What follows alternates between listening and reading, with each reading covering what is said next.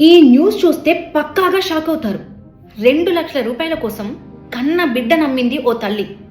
ఆమె పేరు శోభ. ఈ ఇన్సిడెంట్ అన్నమయ్య జిల్లా పుంగనూరులో జరిగింది. 2 lakhs కి తన బిడ్డను బేరానికి పెట్టింది. 50,000 అడ్వాన్స్ కూడా తీసుకుంది. ఆ అమ్మాయి ఏజ్, ఆ పాప ఏజ్ 14 years. 54 ఏళ్ల వ్యక్తికి ఇచ్చి పెళ్లి చేసింది. 10 days బ్యాక్ వీళ్ళ మ్యారేజ్ జరిగింది. మ్యారేజ్ అయిన తర్వాత అతను ఆ పాపను తీసుకుని మ్యారేజ్ చేసుకున్న వ్యక్తి బెంగళూరుకి వెళ్ళిపోయాడు. ఈ 10 days కూడా చుక్కలు చూపించాడంట ఆ పాపకి.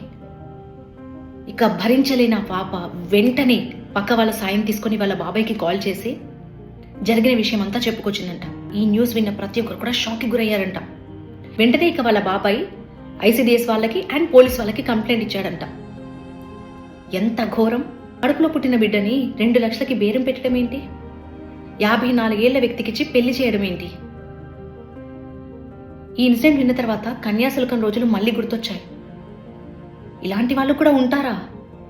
సమాజం ఎటుపోతుంది అనిపించింది. 40 years ఏజ్ గ్యాప్ ఉంది వాళ్ళకి. డబ్బు కోసం పిల్లల్ని అమ్ముకుంటారా?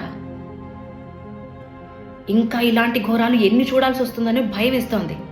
ఈ న్యూస్ చూసిన తర్వాత మీకేమనిపించింది? ఇలాంటి వాళ్ళపై ఎలాంటి చర్యలు తీసుకోవాలి? మీ కమెంట్ ఏంటి?